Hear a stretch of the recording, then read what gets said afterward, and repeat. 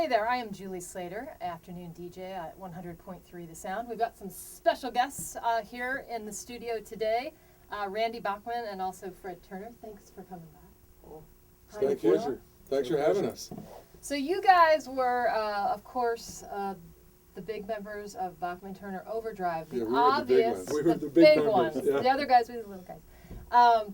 The obvious question is, what happened to the Overdrive? You're Bachman and Turner now. Where'd the Overdrive go? I always like to say he's sitting right here beside Mr. 200 miles an hour. What does that mean? A big race? You have a sporty No, car? no, or he's just your life. He's Just busy. my life. I'm like Yeah, always on the go and get things done. Yeah. I'm in top gear.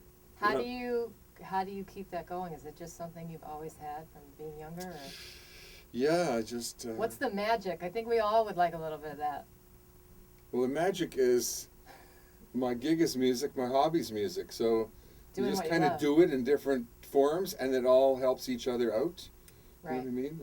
I don't know. It's just. So If you you're feed addicted off to, that if a you little get bit? addicted to a good thing, it's good. Yeah. So that's kind of what it is. Do you feel addicted to music and all that? Has that kept you going? I have been in and out. What'd you do when you were out? Messed with cars. Yeah. You know, What we kind? always had where I grew up, we always had the California influence, you know, Yeah. and so I was heavy into cars, especially after when I was young, it was the Beach Boys kind of time, you know, so you Mhm. know what was happening then. Surfers? Did you guys And, surf at all? No, not around On the snow. prairies. Winnipeg, right? So most you do is stand in a toboggan and go down the hill. And snowboards right. weren't invented then, so you know. But yeah, I always fell in and out of love with music. Kind of got jaded here and there, Right. and then It always pulls you back. it always pulls me back. And this time, Randy pulled me back, and it's just everything's starting to bubble again, and it's time to get back into it. Now you guys sort of dropped out with each other for a little bit musically. What kind of brought it back to the forefront for you to be like, hey, let's get this back together? Two things. One was we had an offer for Offers are always nice. 4 or 5 years to get together, me and him, and play Sweden rock. Wow. We went and punched up Sweden rock on the internet. It's like 35 to 40,000 people. It's 3 days in June on the coast of Sweden. It's like rock and roll heaven. It's full of Yeah. great bands. Sounds good. And I met with the owner of the festival, the guy who runs it, Ingolf, in London, to assure him I was alive and healthy. And yes, I would work with Fred because he wanted to really see something. Mhm. And we agreed to do it this past June. It was June the 11th. And with that in mind, that I called Fred and said, well, okay, you're going to come into my band and we're going to do this and that. And by the way, I'm working on a solo album. I got some tracks with Neil Young, one with Paul Rogers, and one with Oh, nice. Jeff Healey and stuff. And would you sing on a track? So I sent him this one song, Rock and Roll is the Only Way Out. And when he sent it back to me, I just went, that's it. I'm going to change my solo album to be a Bachman Turner. I called and said, do you Oh. want to join me? And So you had written this song? no, Is I'd that- written, oh, no. I'd written Rock and Roll's the Only Oh, Way okay. Out. Yeah. Thought it was an anthemic title, and I wanted a voice to sing an anthem, Oh, like, I see. you know, like, oh, Canada, you know, rock and roll's the only way, a big voice. And I screamed my best on it. I listened to. And then when I sent it to a him, track he of it. outscreamed me, which was like, wow, you know, that's really great when somebody can outscream you. And I said, I told him, I said, I want it to be like Drive My Car, you know, the Beatles where they're both singing, Uh-huh. but I want it to be heavier, and it certainly is. The two voices are up there screaming it. And when I got that back, I said, wow, I want more of this. Maybe people want a bit more of this. Do you have any more songs? I'll send you some of Right. mine, send me some of yours. So it was an evolution where I basically had a whole album done. And I said, if you can get me a song of yours that's better, so I can pull a piece out of mine and fit yours in, Right. still keep the puzzle as a good rootsy blues riff kind of, you know, rock and roll album, like Cream, Zeppelin, Hendrix in the late 60s, early 70s. That's what I'm working for. And he said, go for it. So we did. Nice. Yeah. Yeah, it really sounds like, I listened to that song, and it really just sounds like you guys are having a blast. We are. And that's, to me, whenever you see any band, just seeing that energy pulls an audience in. It's really fun. Yeah, it is. We're having more fun than I think we should be allowed Yeah. to have. Yes. It's How different It's would you really good. say it is now from, back in the day? Well, you know, the nice thing about it is it isn't that different. You know, Feels the you same? get on stage Yeah. and you forget that you're now 35 years past it, and it's You're just still the rocking. electricity from the people out there Yeah, just pulls it out of you. And it's great. that's awesome. Yeah, it is. We're also at the Sound. We started this great organization. It's called Project Music. I don't know if they told you about it, but we're trying to, you know how a lot of schools are losing money, Right. and we're trying to raise money to bring music back to schools because we feel like it's so important. So I wondered if you guys had any stories of what your first moment of getting into music, and was it by any chance through school or your upbringing, and how important that was when you were growing up? I was 5. I was given the choice. You're going to take music lessons. What do you want to play? Oh, drums! No, too loud, too expensive, too noisy. Blah, blah. Oh, piano. Too loud, too big, too expensive. I ended up with a half-size violin. I was 5 and a half.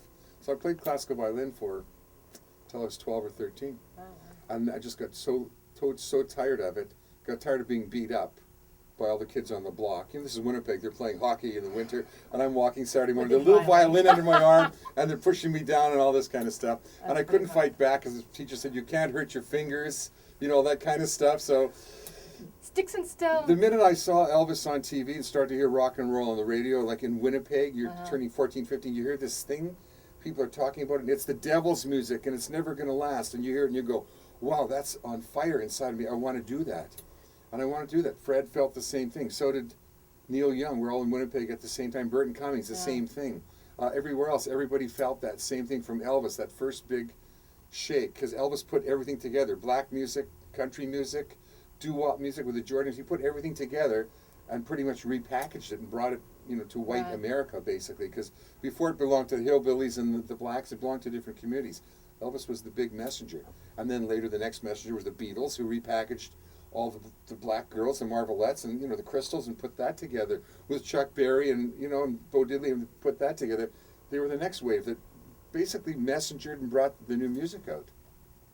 That's pretty awesome. I was hooked. Elvis was a big influence. Would you say Elvis too for you? I was playing accordion at the time. I had always sung on my bicycle up and down the street. People would complain all the time. And then finally, my parents said, well, you can take music lessons, but the only thing we have is your sister's accordion. And so I started taking accordion lessons and didn't like the accordion at all. I didn't like having this thing hanging over my shoulders Right. and such like. So I went to the local music store and I bought a guitar and an amplifier and pawned off my sister's accordion, which my father was very unhappy That's about. hilarious. And then saw Elvis and just like Randy, it was Yeah. that's the direction you had You know, to we go. could have started a polka band with violin and accordion, but I've luckily, done it. So did you end up taking lessons through school at all? Was school a big No, part school of was not the into private it. lessons? You know, I often looked across the border into the U.S. and said, boy, isn't that great? They actually have music in school. well, the bands, marching bands and stuff, Marching that's bands and this one. things. We didn't have, I got thrown out of school for playing guitar, Oh wow. you know. And then I went You're back. such a rebel. Well, then I went back many years later, and they dedicated a room in the school to me, and guitar was part of the curriculum. I thought, how things have changed, Yeah. you know? That's Yeah. great. Well, it's nice to see that. I mean, I think music is so important for It kids. is. growing It's up. very It's such a great important. outlet, What I you learned know? at that early age of 5 or 6 was getting up in the morning and practicing for half an hour. And after school, I wasn't allowed to play till I came home, practice half an hour, then I could go and play. So you learn that discipline. You know, there's a book called The Yeah. Tipping Point or The Magic Point or something, where it says you got to do 10,000 or 20,000 hours at something before you're any good whatsoever.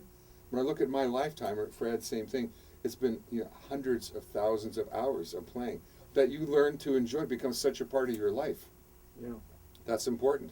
And when school helps with that and embraces that, makes it part of the curriculum, it's just fantastic because it teaches you discipline, teaches you mathematics, it teaches you integration with other people because when you're playing in Yeah, a band, totally. there's a certain give and take, and there's the team aspect. It's not who's great individually, it's how great you are together, because that's what makes a winning team, and that's what kind of makes a band and everything else. So it teaches a lot. Awesome. I believe so too. Yeah. Project Music rocks. Project Music. Project Music. So the new album comes out, is it September 7th? Today, ta-da! Yeah. September 6th, 7th, wherever you are. You know what, I was thinking that was far away from now. I don't even realize. I know, we're it's already here. Isn't deep it into amazing? It's September. Wow. amazing. Yeah. Another summer gone. Yes. So where's it And, gone? name of the new album? It's Bachman and Turner. And are you touring in LA at all? Anytime We'll be soon? back in the middle of October to play a couple of gigs in LA. We're playing Coachella. Oh, We're just kind wow. of out of town on, I think, the Yeah, 16th of everyone October, goes out. and one just before that in town, either at the Canyon Club or Elsa Blues, one of those. Well, cool. Thank you, Randy Bachman, Thank Fred you. Turner, for coming back. Also, Bachman and Turner. See them on the road. Check out the new album in stores now. And check out BachmanandTurner.com. Yes. There's free music there to Yeah, download. you can hear some of the new stuff and Yeah. check out what's Yeah. going on. I am Julie Slater from 100.3 The Sound. Thanks for stopping by. Thanks, Julie. Thank you. Thanks, guys. Thanks. Good Thanks. meeting you.